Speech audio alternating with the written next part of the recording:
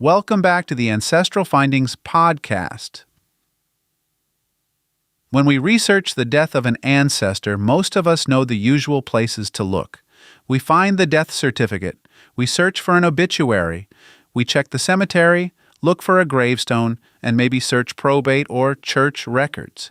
But there's another source that many genealogists never think to check, and it may contain information that none of those other records provide.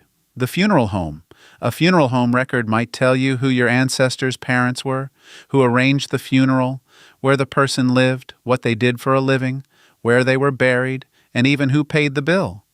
In some cases, one old funeral register can answer questions you've been trying to solve for years. So, as you listen today, think about an ancestor whose death you've already researched. Before we're finished, you may have one more record to go looking for. Funeral homes kept records for a very practical reason. They were running a business, and they needed information. They needed to know who had died, when and where the death occurred, where the person lived, where the funeral would be held, where the person would be buried, who was making the arrangements, and what services were being provided. All of that created paperwork, and sometimes that paperwork survived. Some funeral home records contain only a few basic details, perhaps a name, date of death, date of the funeral, and cemetery. Others can contain an amazing amount of information. You may find your ancestor's full name, residence, occupation, marital status, birthplace, date of birth, cause of death, attending physician, religion, place of the funeral service, name of the clergyman, and place of burial. And then you may come across the information many genealogists are hoping to find. The parents. Some funeral home records give the father's name and the mother's maiden name. They may even tell you where each parent was born.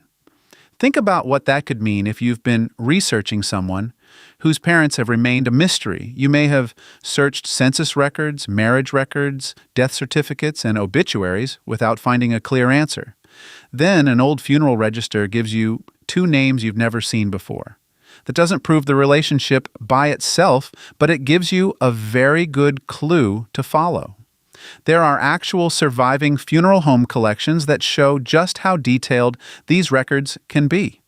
Family Search has cataloged records from T.P. White and Sons Funeral Home in Cincinnati, Ohio, that include the deceased person's residence, occupation, birth and death dates, birthplace, religion, cause of death, physician, father's name and birthplace, mother's maiden name and birthplace, and itemized funeral expenses.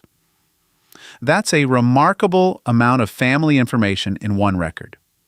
Another surviving funeral register from Iowa recorded the name and relationship of the person ordering the funeral, the deceased person's parents, occupation, marital status, religion, residence, place of death, clergyman, physician, burial location, pallbearers, near relatives, and even whether the body was to be shipped somewhere else.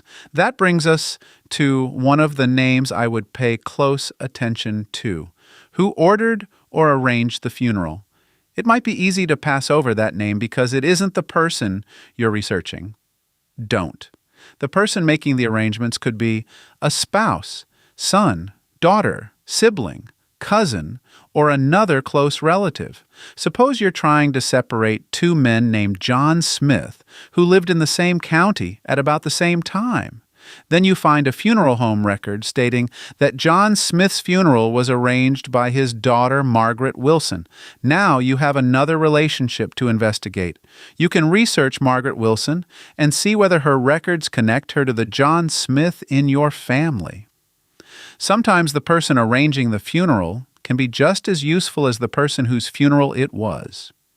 Funeral home records can also help explain another situation genealogists sometimes encounter. An ancestor dies in one place, but is buried somewhere completely different. Maybe the person died while visiting relatives. Perhaps your ancestor was being treated in a hospital away from home. Maybe someone moved late in life, but the family wanted the burial to take place back home beside a husband, wife, parents, or other relatives. Funeral home records sometimes include information about shipping the deceased to another location. That can help explain why the place of death and place of burial are so far apart. It might even point you toward another community where the family had connections. These records can also help when you can't find a gravestone. We often begin cemetery research by looking for a marker, but not every person buried in a cemetery has a surviving stone.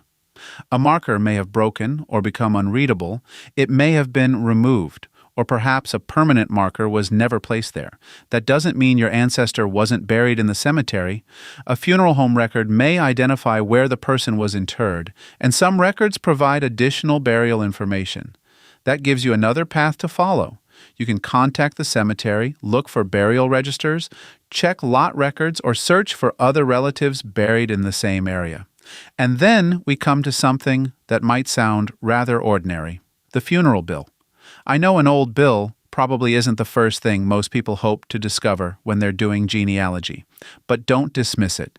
Historical funeral records may include charges for the casket, embalming, hearse, clothing, flowers, carriages, grave, vault, newspaper notices, and other services. One old register even recorded the size and price of the coffin, whether burial clothing was provided, how much had been paid, and how much was still owed. Those details give us another glimpse into what happened after our ancestor died. More important for genealogy, the financial records may identify who was responsible for the account. Was it the widow, a son, a daughter, another relative? That person gives you another name, another relationship, and another clue to investigate. Some funeral registers even name pallbearers and near relatives. Think about that for a moment. You find 6 pallbearers listed in an ancestor's funeral record, and several of those names are unfamiliar. Who were they? Relatives? Neighbors? Friends? People who worked with your ancestor? Those names may be worth researching, especially if you've reached a difficult point in your family tree. Genealogy research isn't always about searching directly for the ancestor. Sometimes the answer comes from researching the people around that person. So how do you actually find these funeral home records? Start with what you already have. Pull out the death certificate, read the obituary again, check newspaper funeral notices, look at cemetery records. One of those sources may name the funeral home or funeral director. And when you're researching older generations, remember that you may not see the words funeral home. Look for undertaker. That was the common term for many years. If you still can't identify the business, check old city directories. Funeral directors and undertakers were often listed by name, business, and address. Old newspapers can help too. Undertakers advertised, and those advertisements can tell you which funeral businesses were operating in a community at a particular time. Once you identify the funeral home, the next question is, what happened to the business? Maybe it's still operating. Perhaps the same family ran it for several generations. Maybe another funeral home purchased it. It could have merged with another business or changed names. If another funeral home became the successor, there's a chance the older records went with the business. So don't assume the records disappeared simply because the original funeral home name is gone. Contact the current funeral home and ask whether it has records from the earlier business.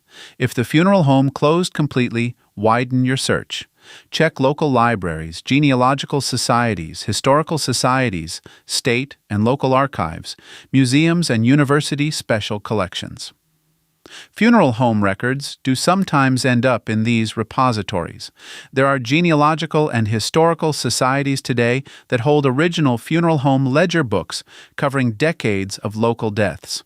Family Search is another place worth checking. Search the Family Search catalog by the city or county where your ancestor lived.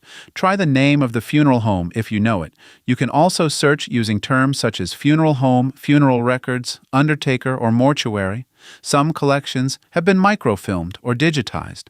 Others may still be held by the funeral home or another local repository. There's one more thing I want you to remember before you start adding information from a funeral record to your family tree.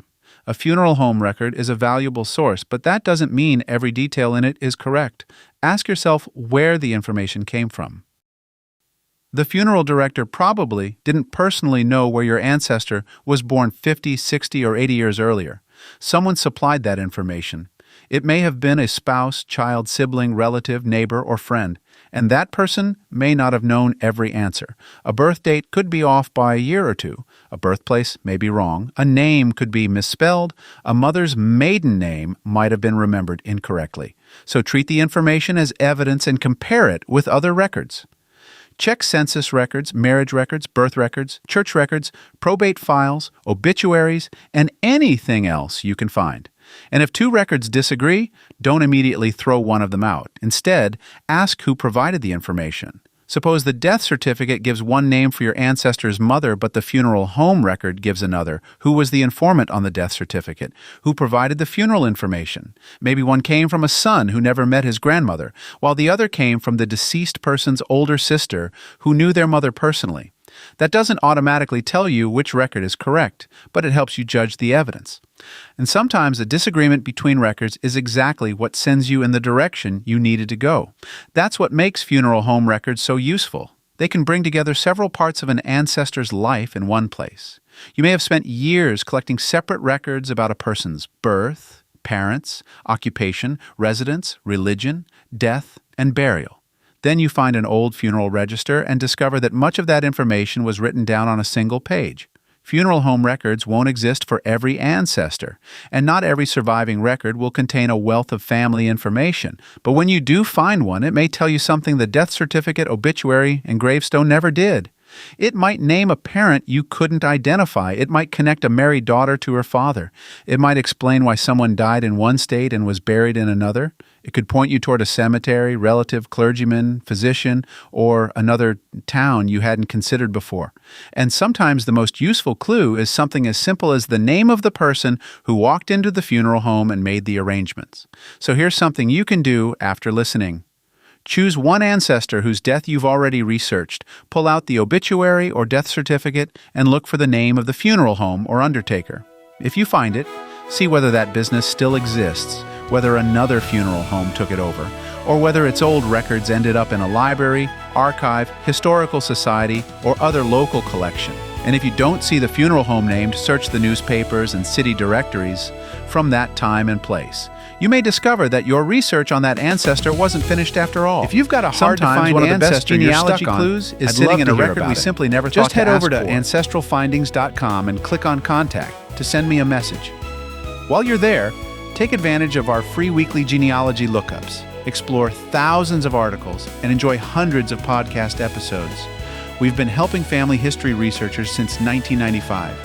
And if you're looking for even more, check out our Genealogy Gold Q&A series over on Patreon. Thanks for listening, and as always, happy searching.